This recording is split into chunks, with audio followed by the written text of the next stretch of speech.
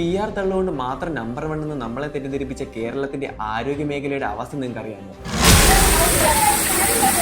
നായക നോക്കുന്ന കണ്ണുകൊണ്ട് പോലെ അവർ നോക്കാൻ ശ്രമിക്കത്തില്ല, ഒന്ന് തിരിഞ്ഞു പോലും നോക്കത്തില്ല.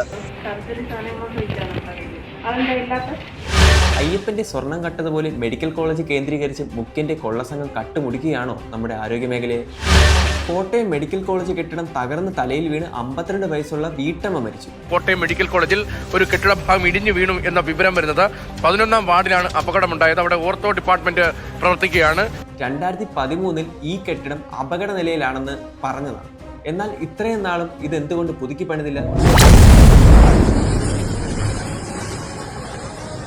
സർക്കാർ ആശുപത്രികളിൽ അടിസ്ഥാന സൗകര്യങ്ങൾ പോലും ഇല്ലാതെ രോഗികൾ കഷ്ടപ്പെടുന്നു.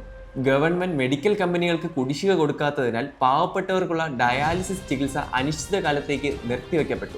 സൗജന്യ ഡയാലിസിസ് മുടങ്ങിയതോടെ വൃക്കരോഗികൾ ദുരിതത്തിലായിരിക്കുന്നു എന്നൊരു സാഹചര്യം. മെഡിക്കൽ സർവീസസ് കോർപ്പറേഷൻ കോടികളുടെ കുടിശ്ശിക വരുത്തിയതോടെ കമ്പനികൾ മരുന്ന് വിതരണം നിർത്തിയിരിക്കുകയാണ്.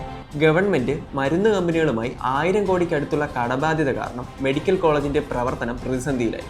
മെഡിക്കൽ കോളേജിൽ ഉപകരണക്ഷാമം കാരണം അടിയന്തര ശസ്ത്രക്രിയകൾ റദ്ദാക്കേണ്ടി വന്നതായി ഡോക്ടർ ഹാരിസ് പരസ്യമായി വെളിപ്പെടുത്തി. ഉപകരണം ഇല്ല എന്നുള്ളത് എല്ലാവർക്കും അറിയാവുന്ന കാര്യമാണ്.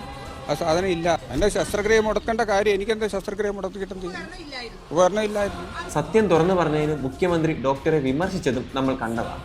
158 കോടി രൂപ കുടിശ്ശിക കാരണം ഹൃദയ ശസ്ത്രക്രിയയ്ക്കുള്ള ഇംപ്ലാന്റുകൾ കിട്ടാതായി. തിരുവനന്തപുരം മെഡിക്കൽ കോളേജിന് മാത്രം 29 കോടി കുടിശ്ശിക. ജീവൻ രക്ഷിക്കേണ്ട പല ഓപ്പറേഷനുകളും നിർത്തിവെക്കേണ്ട അവസ്ഥ വരെ ഉണ്ടായി. സർക്കാരിന്റെ പകർച്ചവ്യാധി നിയന്ത്രണത്തിന്റെ പരാജയം മൂലം മരണങ്ങളുടെ എണ്ണം കൂടി. 2025 മാത്രം 170 കേസുകൾ, 42 മരണങ്ങൾ. ശുചിത്വക്കുറവും മാലിന്യ കൂമ്പാരവും കാരണമെന്ന് ഡോക്ടർ ഹാരിസ് തന്നെ പറഞ്ഞു. ഡോക്ടർമാരുടെയും ഉപകരണങ്ങളുടെയും ക്ഷാമം കാരണം രോഗികൾ സർക്കാർ ആശുപത്രികളിൽ നിന്ന് വലിയ പ്രൈവറ്റ് ആശുപത്രികളെ ആശ്രയിക്കേണ്ട ഗതി വരുന്നു. ഇത് പാവപ്പെട്ടവരെ വലിയ കടക്കണിയിലേക്കാക്കുന്നു. ജനങ്ങൾക്ക് സർക്കാർ ആശുപത്രിയിലേക്ക് പോകാൻ ഭയമാണിപ്പോൾ. ചികിത്സ വൈകുന്നു, പണം കൂടുതൽ ചെലവാക്കുന്നു, ജീവൻ അപകടത്തിൽപ്പെടുന്നു. ഈ സംഭവങ്ങൾ നടന്നത് വേറെ എവിടെയല്ല, PR തള്ളുകൊണ്ട് മാത്രം നമ്പർ 1 എന്ന് പറയുന്ന നമ്മുടെ കേരളത്തിലാണ്.